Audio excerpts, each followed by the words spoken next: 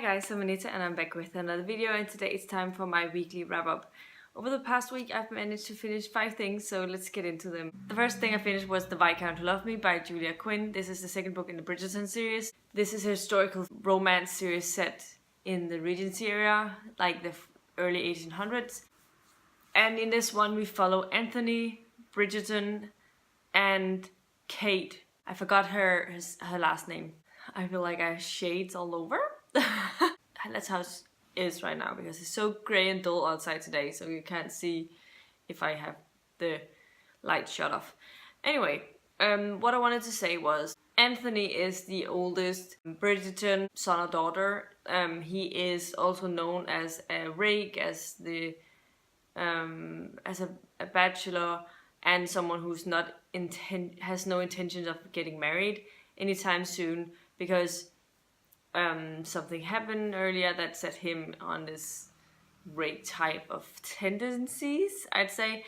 The beginning of this book, as Anthony sort of has new ideas, and he just decides that he needs to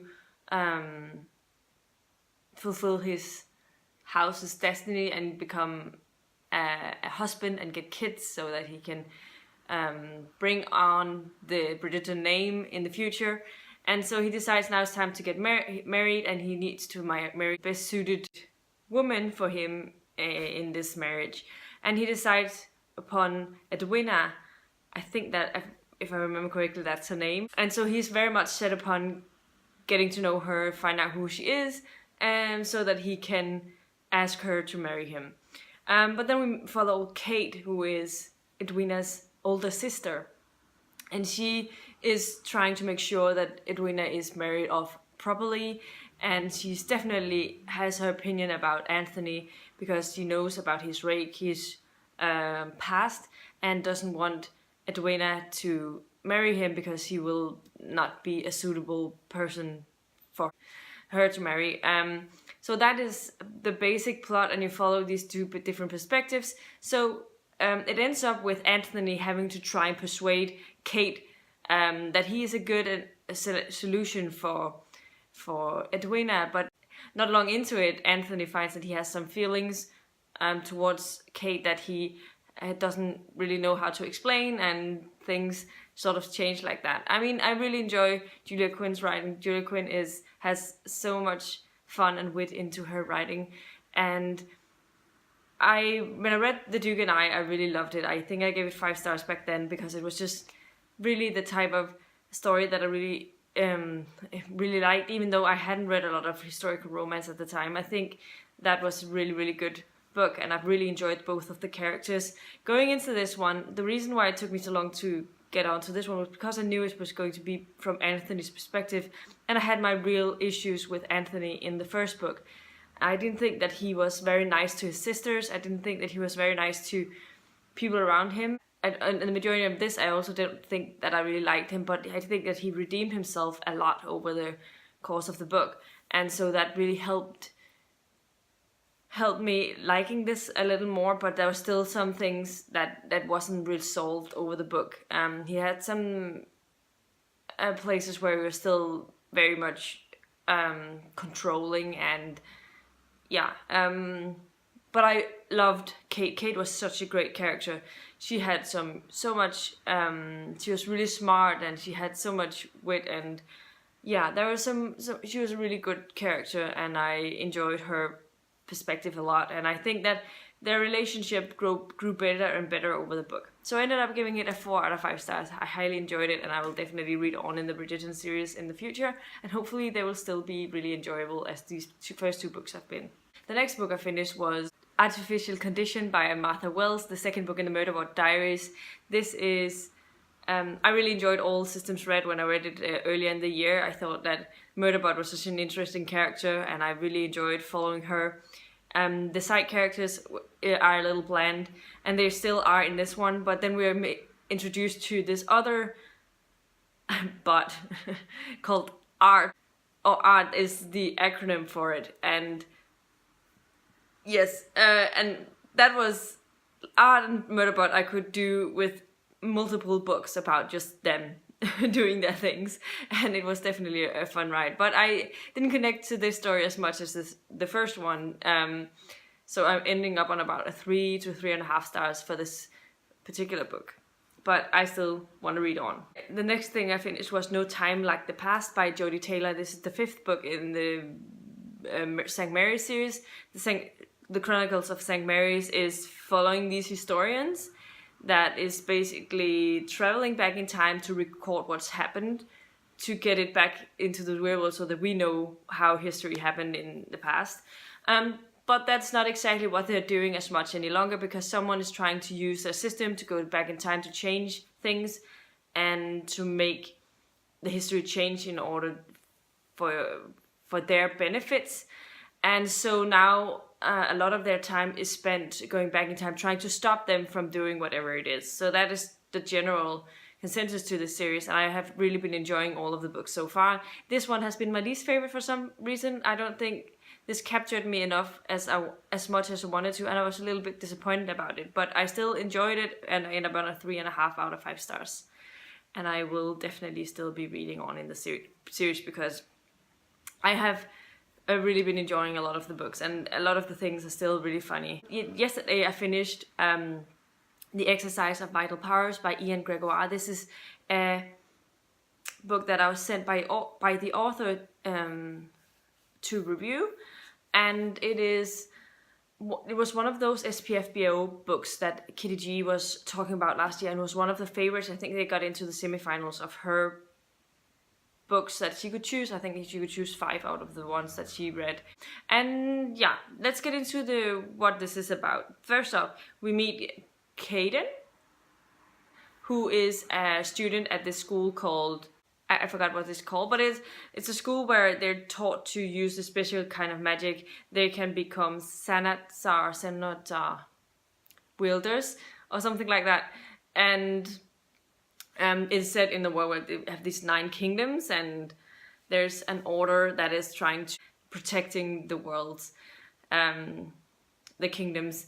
And Caden is quite a bitch. that is even me saying it in being nice. She's horrible. She's a horrible person in the beginning. She's just condescending to everyone else. She's looking down on everyone and thinks everyone are beneath her, but she's only focused on trying to better herself to avenge something that happened in her past. And you find out about that a little as the book goes on. But we also follow another perspective of one of the teachers or the mentors of this school, who is part of the order and a very important person at the order as well. But she decides to take up this position as a teacher for some reason that we don't know in the beginning, but we find out as the book progresses.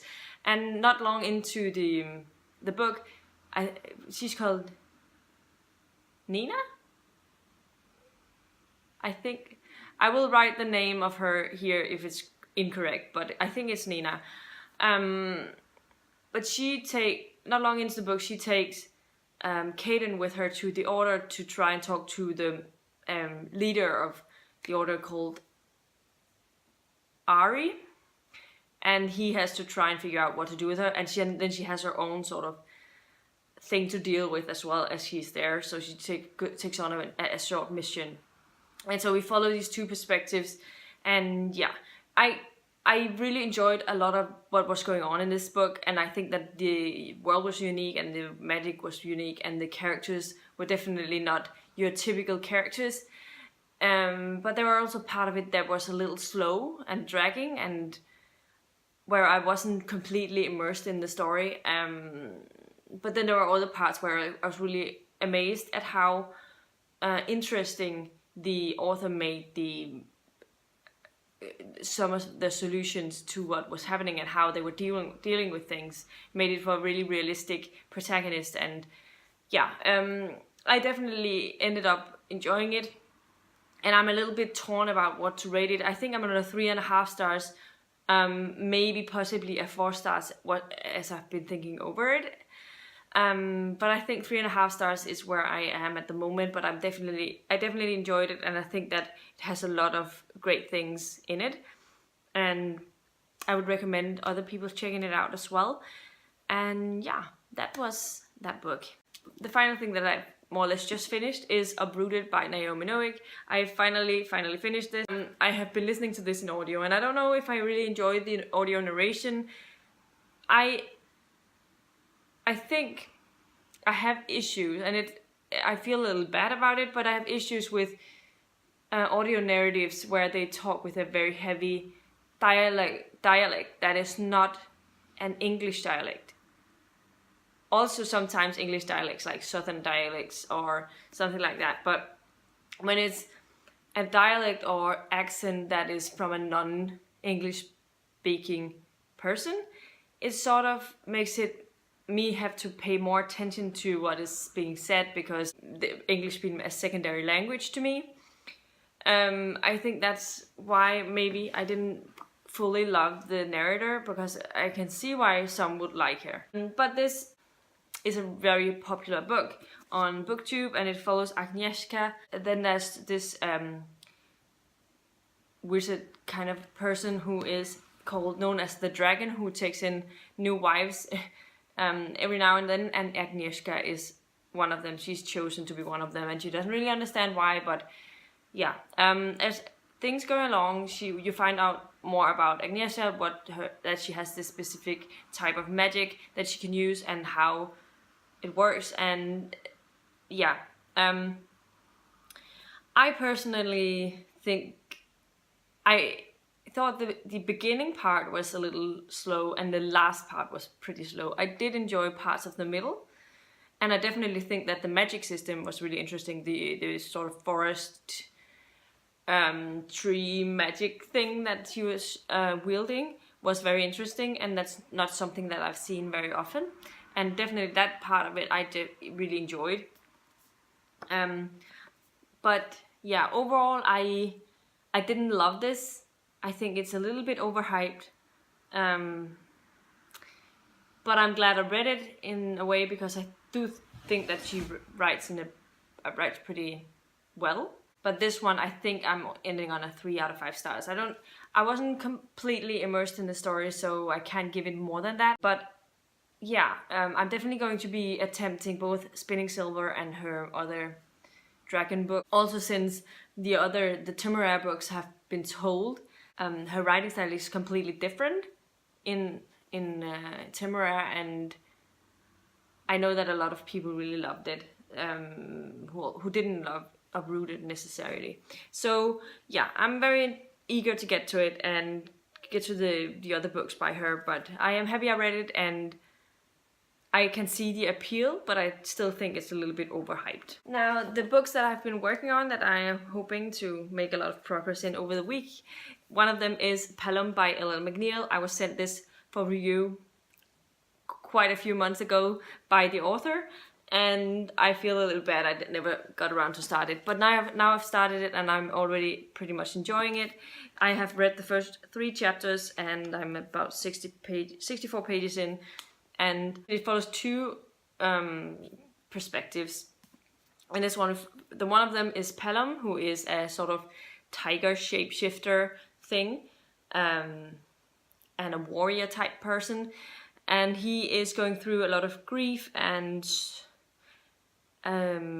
anger and resentment towards some people, and trying to deal with it, and I'm interested in seeing where his story will. Then we are also following Amara. Amara is a sky pirate, so she has an airship that she's doing her stuff in, and she is trying to work on something interesting that I can't really say because it's spoilery towards what happened in the first one. So definitely enjoying the beginning part of this, so highly looking forward to continuing with this, and hopefully I will already have it finished by next weekend, but we'll see, because now I only have to focus on this book, and that definitely makes it easier. I have also just started on Feast for Crows, but when I got Uprooted back from the library, I decided to finish that so I could get it out of the way. But I have just started A Feast for Crows, and I have read the first 32 pages, so I am on chapter, I think, 3 or something. I've read the prologue and the first chapter. So far, it's slow. Not a lot has happened in the first couple of chapters, but I think things are gonna change now because I'm not long we're gonna be back with some of the known perspectives again, and I think it will fall back into the normal Game of Thrones vibe. One thing that I have is, like, I have never really loved the narrator of the Game of Thrones books for the English narration. I tried it again and I don't know if I can continue it, but we'll see. I'll make an attempt because that's definitely easier to get through it that way, but it might end up with me having to read the whole thing instead. But we'll see how it goes with the next coming chapters where I fall on that. And the last and final thing that I started over the past week was Screwdrivered by Alice Clayton, something completely different than the other two books that I'm working on, and that is the third book in the Cocktail series. The first two books followed the same couple. This one is a new one, and I'm not really keen on that main perspective, but I'm not hating it, so we'll see where I fall when we end up towards the end. I like the male perspective. We don't see the perspective of the male lead in this book. He's interesting enough, and yeah. This was my reading for this past week. Let me know in the comments down below if you've been reading any of these books and what your thoughts were on them. Do you plan on picking any of the books up that I've been talking about today?